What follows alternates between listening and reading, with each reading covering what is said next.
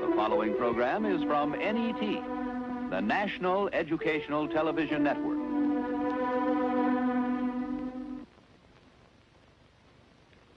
Is it possible to totally bring about a mutation in what is?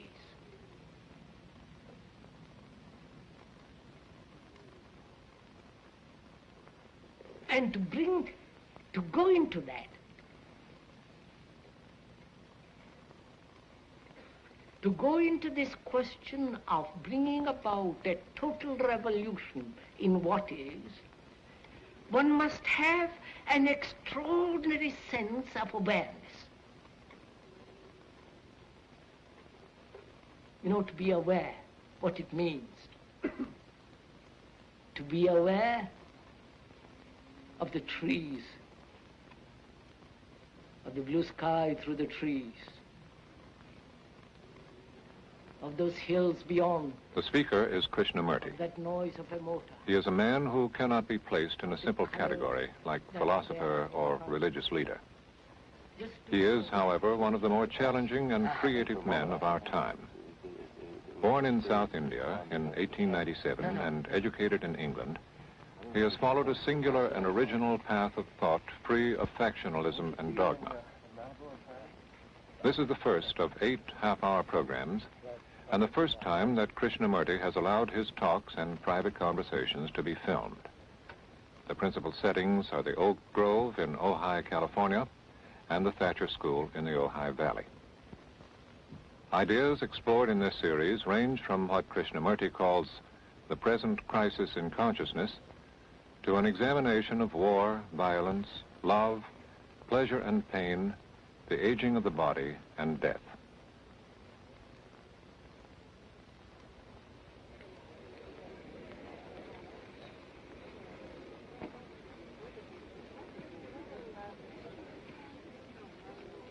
We were saying how very important it is to bring about in the human mind a radical revolution. The crisis,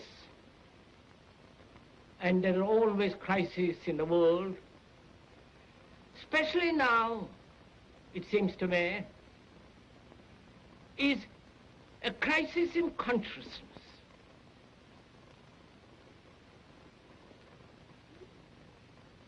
A crisis that cannot anymore accept the old norms, the old patterns,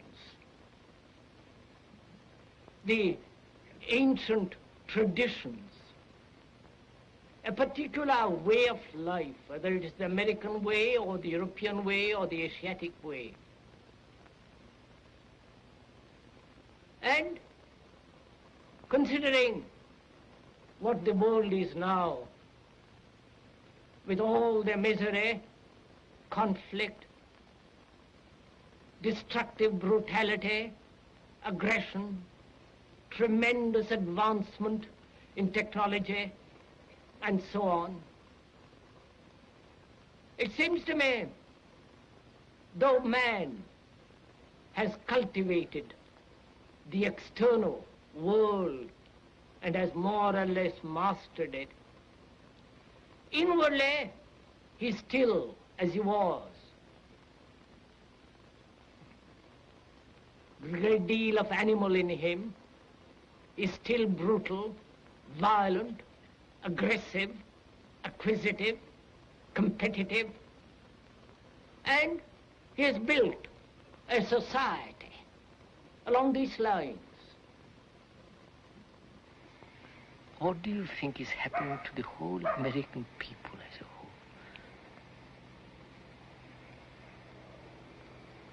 With the automation, with electronic brains, with, you know what I mean? The whole setup.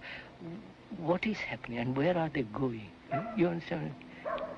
I think an increasing number of them are beginning to ask themselves the question as to whether or not there may be alternative forms of human behavior. Because they have... And what do they do? Because by then, after asking questions and all the rest of it, they're almost finished. They're ready for the grave. And in Europe, the phenomena there is the same as here, more or less. The production is more, perhaps, than in America even. In Germany, in Germany, of course. And Russia is now doing the same. So take all these parts, put them together, China, Japan, whole of Asia, India included, and then Europe, America, China. Where is it all moving? What we are concerned with is the understanding of the whole process of life, with all its complexity, with its aggressions and miseries, with its sorrows and confusions and agonies. And to understand this vast field of life, which is a constant movement, one must not only hear the words, but also go beyond the words. Because the words, the explanations, are not the facts. But most of us are caught in words.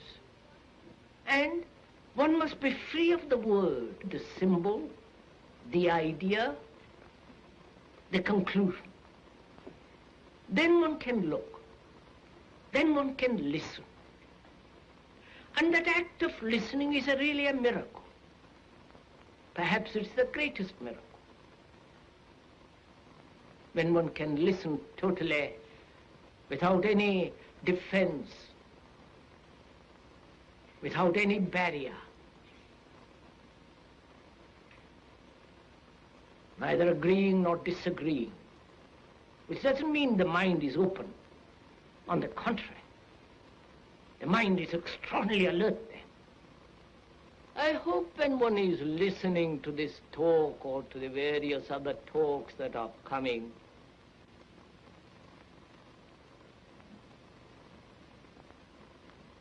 one hears a lot of words.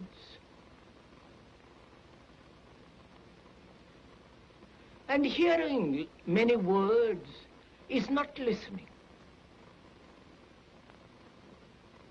It's like a noise among the leaves. Soon passes away.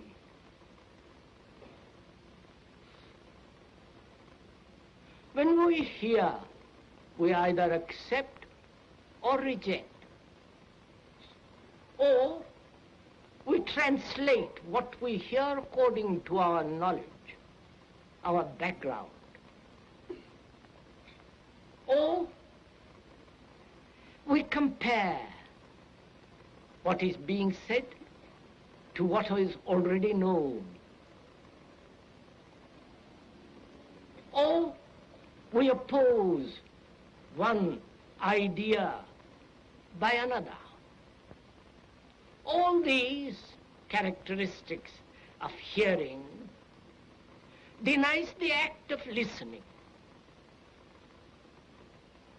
The act of listening is entirely different.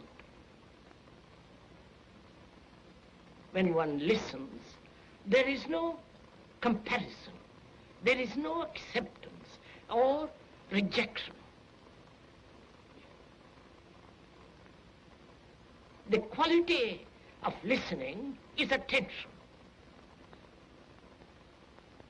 And when you attend totally, with your whole mind, with your heart, with your nerves, with your eyes and ears completely, in that state of attention, there is the act of listening.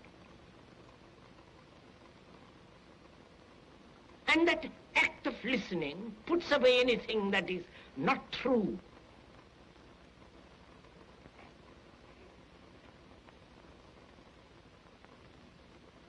When you give your whole attention to something,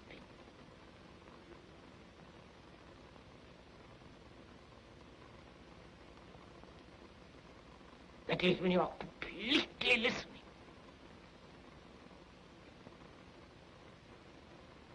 You listen to the totality of the thing.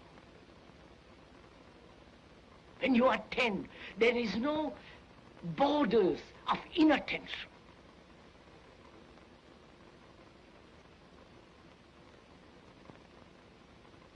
When you so intensely listen, you are listening to the birds, to the wind, to the breeze among the leaves. You listen to the slightest whisper that's about you.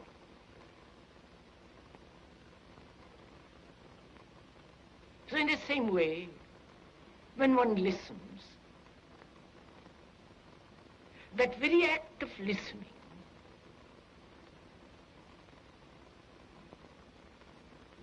brings about a total attention in which you see the totality and the whole significance and structure of what is being said.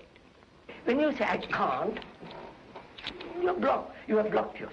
But you can understand more and more of it. Not by blocking yourself. Look, sir, if I say there is no God, I've blocked myself, haven't I? Or if I say there is God, I've blocked myself. But if I say I really don't know, let's find out. Then I have the energy to go into it. Right? Now, so don't let's say yes or no. Don't let's take sides about it.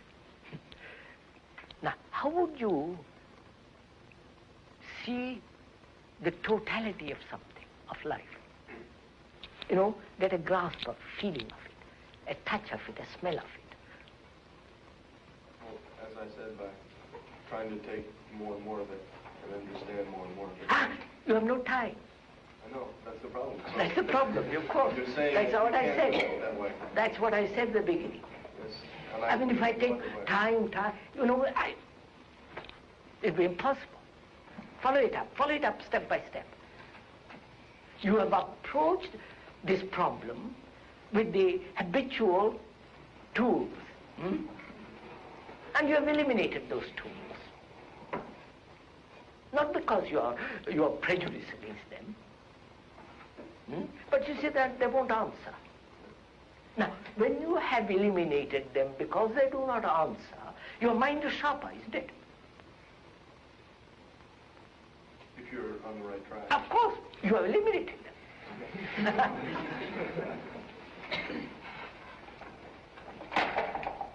Right? Of what significance is hope and faith to living? What significance is hope and faith to living?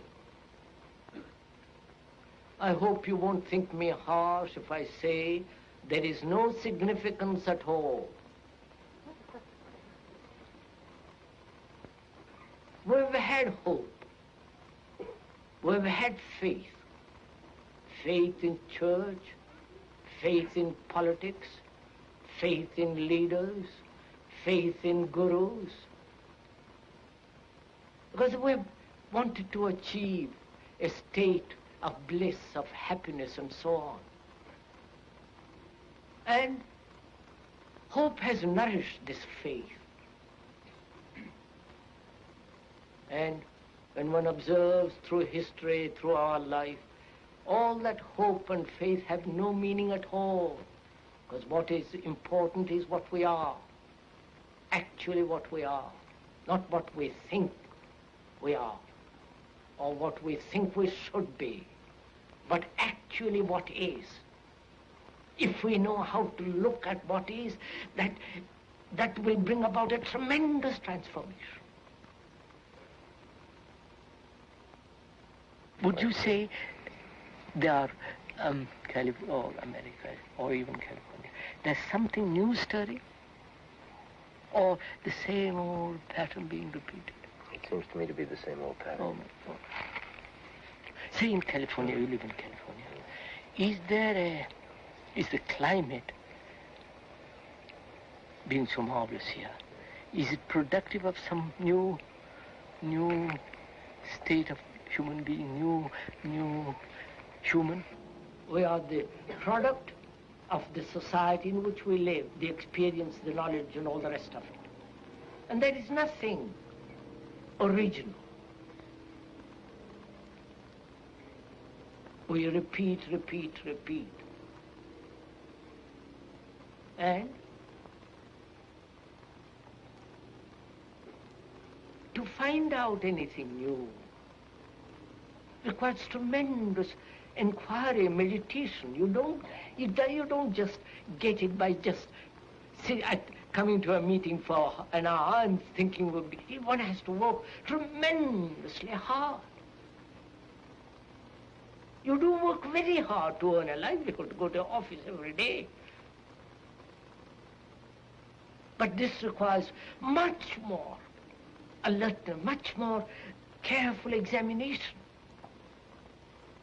And one doesn't have the energy, the patience, or the interest, because this is non-profitable. It doesn't bring you any profit, financial or any other way. But here is the question. I suffer physically, psychologically, and I can do something physically. Psychologically, I don't know what to do. And not knowing what to do, I escape. Or go to somebody who will tell me what to do.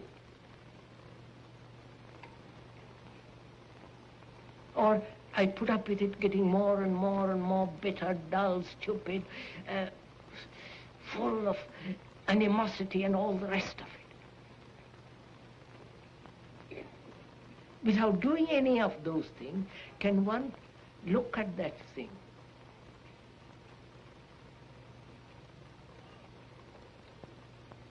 neither enjoying it nor pushing it away?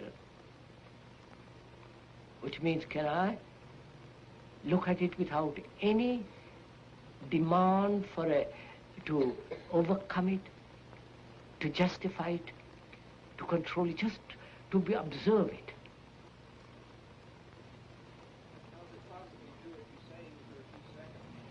Beg your pardon? How is it possible to do what I say for? I said it would seem that I would have to start by doing it for a few seconds. Do it! Do it! Do it! For a second, do it!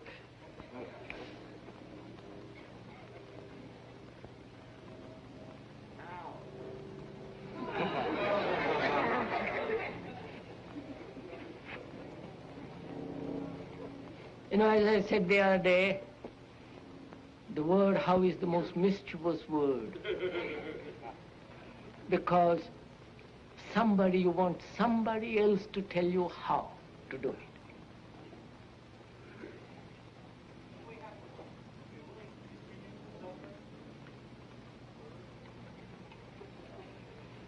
So we suffer, not willing to suffer. There is suffering.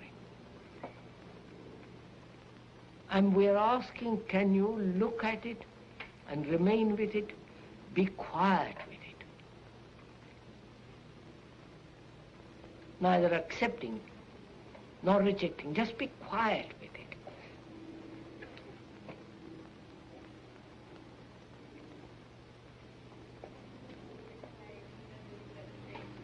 Huh?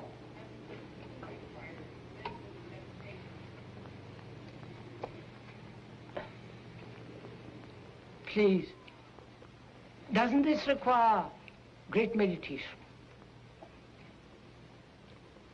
No, please, do it. If one does it, you will find that you derive from that very observation a great energy, don't you? You are not dissipating any energy. It is there. When the question, such as what am I to do with myself, or however the question may be framed, there is always someone there, whether it's the advertising man on television or the Zen master, to give him a set of answers, and somebody follows these and nothing happens. Because there is nothing in this culture that we're talking about that would prompts people to listen, really to come into relation to themselves in a tough-minded way. This is a young nation, you follow what I mean? It's a young nation. A mixture of extraordinary, thoughts, feelings, and cultures. I should have thought they would produce something, Well, we don't know quite what will happen when this nation faces up to the external crisis. They never have. Would you say she has reached immaturely, forced by circumstances, a pinnacle of maturity, and now declining? This I would say. You would say that. When you have really faced with a problem of war, of famine, of death, of poverty and so on, you can't argumentatively discuss about them. One has to deal with them. One has to put one's teeth into them. And you cannot artificially, intellectually have teeth to put to problems that are vital. So I hope when we ask questions and go into those questions, I hope they will not be merely intellectual or curious, but serious enough to investigate for ourselves what lies behind these questions and their import. What is the problem? Hunger. Hunger,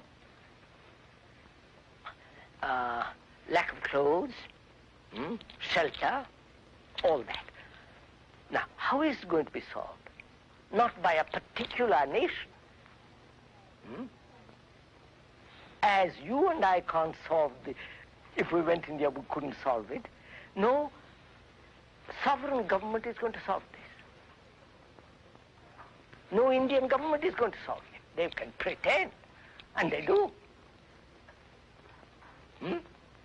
So, what is preventing the solution of this problem is nationalism.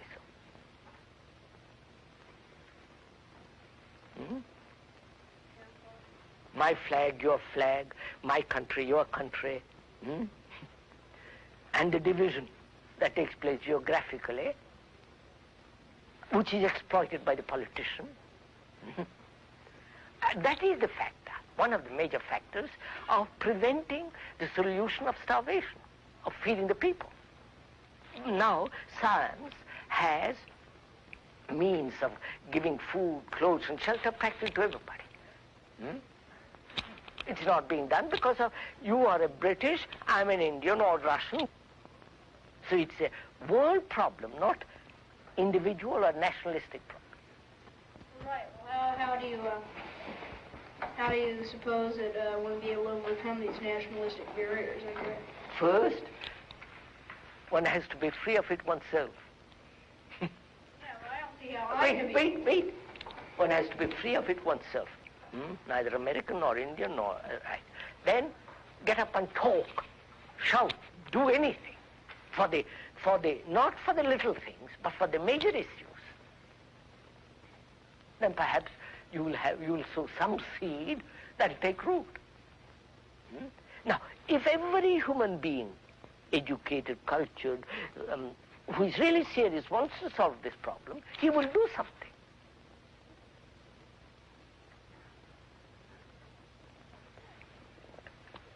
Like war. We have accepted war as the way of life. All man has, throughout centuries.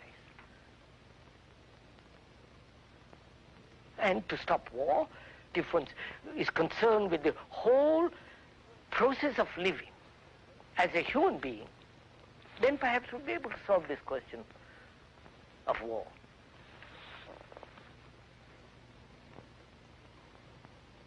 Potentially, society has solved the problem of food, clothing, and shelter. So, once you've solved those problems, what else? I don't quite understand what else. You mean what is beyond these three? Yes. So what is man seeking, basically? He basically is seeking these three. Because these are absolute necessities, whether California, or India, or Russia, anywhere. So beyond that, he says, after satisfying that, let's seek something else. Let's go after something else. Is that the way to begin?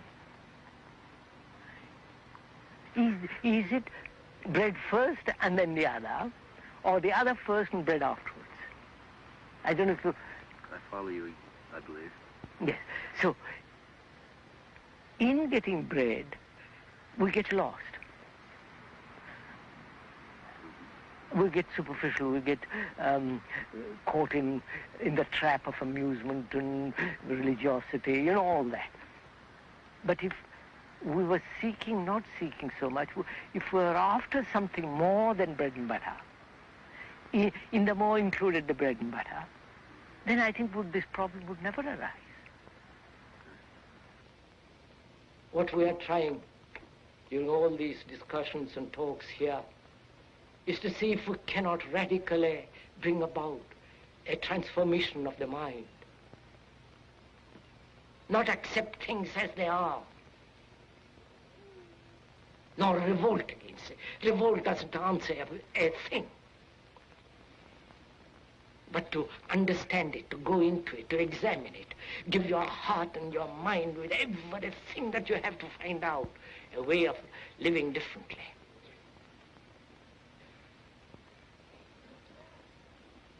But that depends on you and not somebody else. Because in this there is no teacher, no pupil. There is no leader. There is no guru. There is no master, no savior. You yourself are the teacher and the pupil. You are the master, you are the guru, you are the leader. You are everything.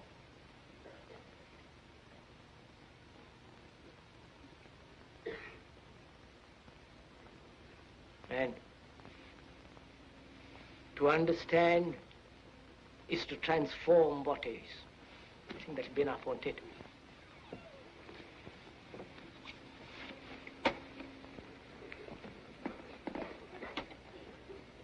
This has been Program 1 in a series of 8 programs presenting the original and challenging thought of Krishnamurti.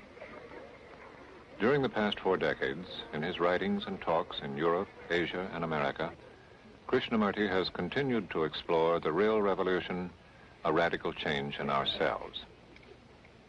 Subsequent programs will be concerned with love, death, fear, and the possibility of a fundamental change in consciousness. The next program in the series is titled Observing Ourselves.